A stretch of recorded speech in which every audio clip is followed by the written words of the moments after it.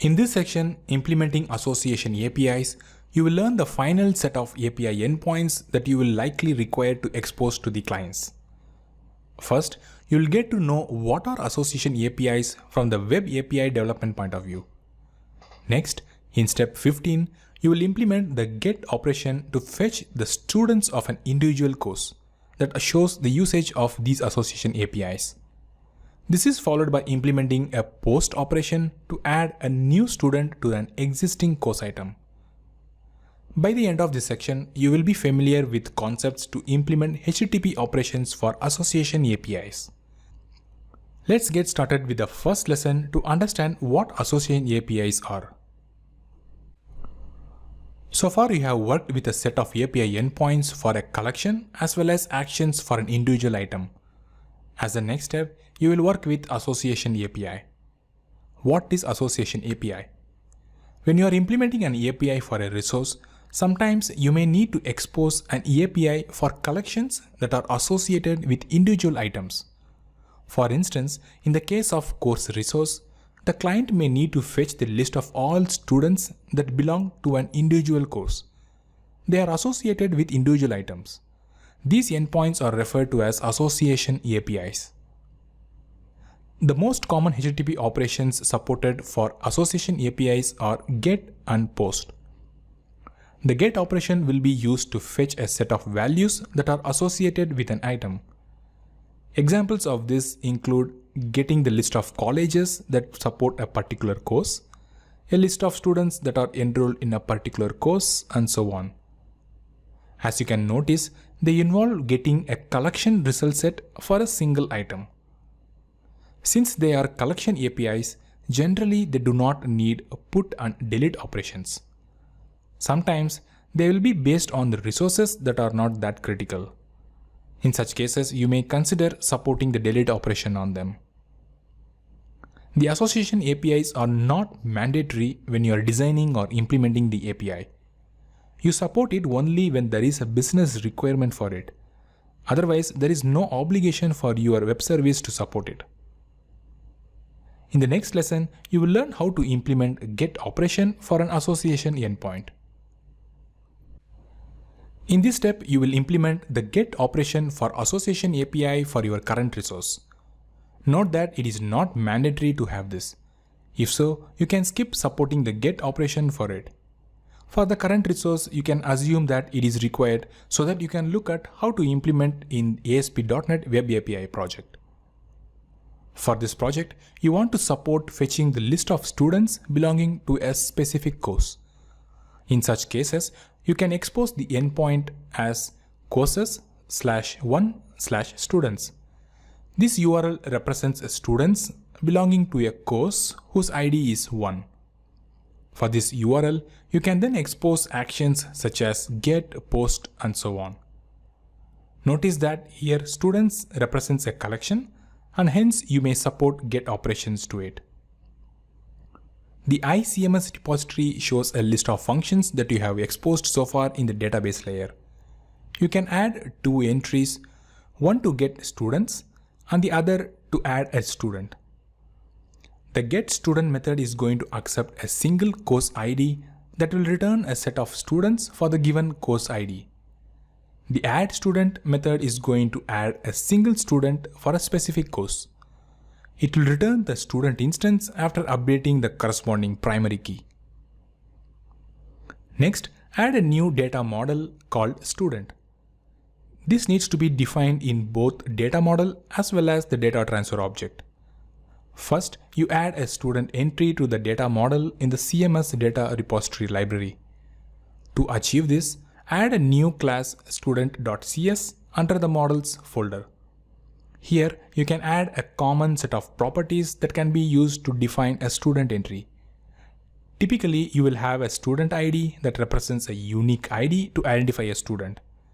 This is followed by the details of a student, such as the first name, last name that represents the names, followed by a phone number that denotes the mobile number of a student, including the country code, and finally, you can add the address field.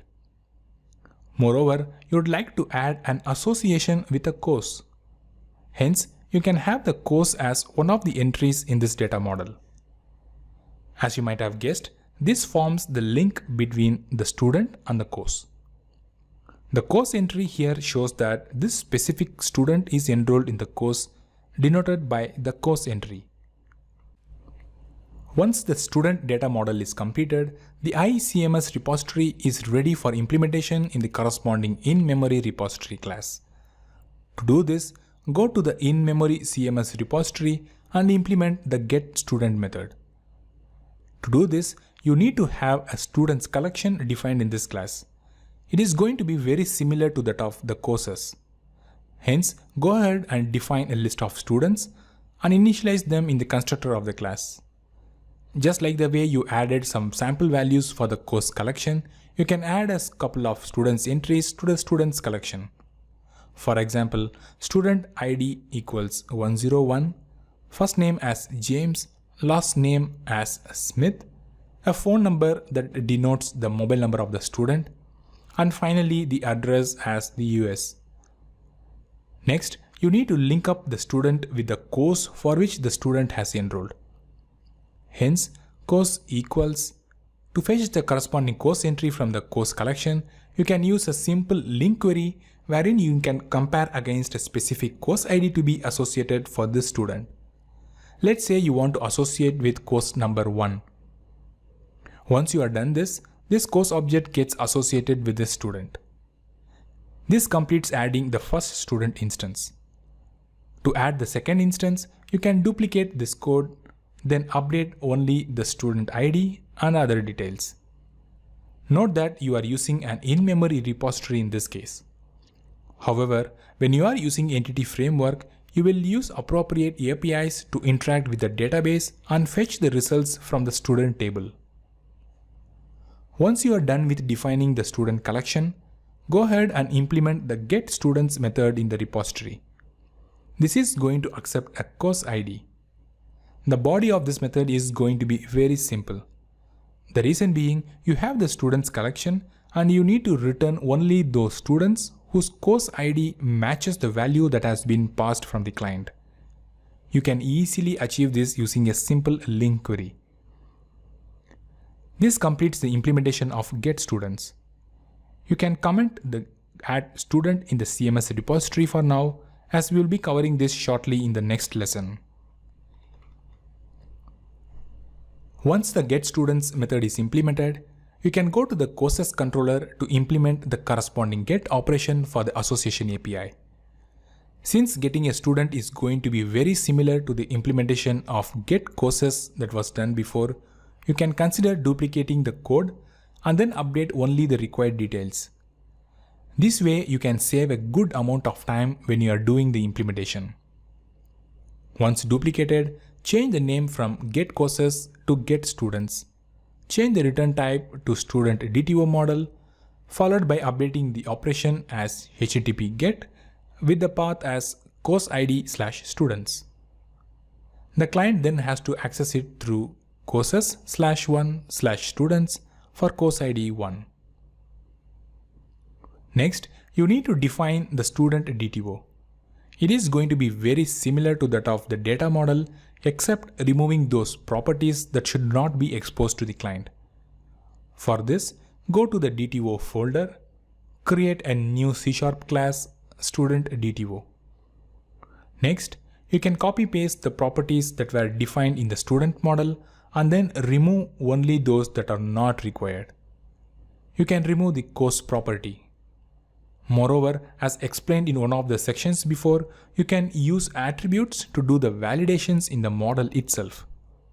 For example, if you want to make the first name parameter as mandatory, for this you can add the required attribute. Similarly, to make it accept only a maximum value of 30, you can add the max length attribute to it. Likewise, you can do the same for the last name property as well. Finally, for the address field, you can have the length as 100. Suppose you want to make the phone number field also mandatory, you can add the required attribute to it as well. Next, go back to the course controller, Since the getStudents method should return a collection of students, you can make it return a list using IEnumerable. You can retain this check that we use to validate whether the given course ID exists in the system or not. Once done, the next step is to fetch the list of students using the getStudents API implemented in the CMS repository. Students equals CMS repository.getStudents. Once you have received the students collection, you can use the automapper to map it from student to student DTO. As it is going to return a collection, it has to be a student DTO array. Next, since the student and student DTO classes are newly added to the project, you need to add the corresponding mapping in the automapper profile. For this, you go to the CMS mapper file and add a new mapping entry using create map student DTO, student. Also, you can add the reverse map so that you can map it from student to student DTO as well. Once it is added, the get implementation is completed for the students association. Next, build the project and run the web service. Go to Postman. You can create a new folder called students that can hold the APIs that are being defined for the students association APIs. As it is going to be very similar to that of the get course request that was defined before, you can use the same HTTP request and duplicate the same for the students association. Once done, set the operation as get followed by the URL as courses/2/students. However, you see the result as blank as the URL was targeting course ID 2 that does not have any students defined. Change it to 1 and execute the request again. This time, you will see the results that were added to the CMS repository. This completes the implementation of get operation for a students association for an individual course item. In the next lesson, you will implement a post operation for the same endpoint to add a new student association to a course entry.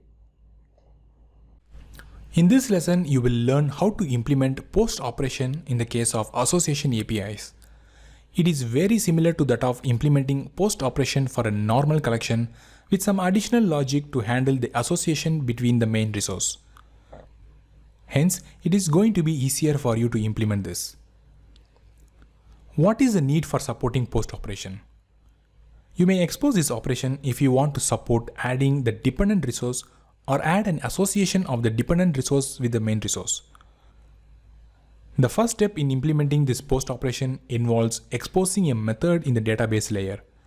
For this, you will use the add student method that was declared in the ICMS repository before.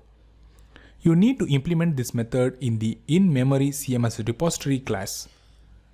Since the implementation is a bit similar to that of the add course, you can consider to reuse the code so that you can change only those parts that are different for the student. Change the parameter from course to student along with the return type as a student. Next, when you are adding a new student to the collection, you need to generate a unique ID. Here, you are following a simple logic of calculating the maximum student ID and incrementing the same. Once you have used the link query to achieve this, you can increment the value of the max student ID and assign it to a student ID of the new student object. Next, change the collection from courses to students. This completes the implementation of the add student method in the repository. It looks like we have made some mistakes, as you can see from the error highlights in Visual Studio Code. The mistake is in the declaration of the add student in the interface. In the ICMS repository, the add student accepts the course ID along with the new student. You can remove the course ID from this declaration as it was a typo. The repository does not require this information as it will be handled in the course controller. This should correct the compilation error.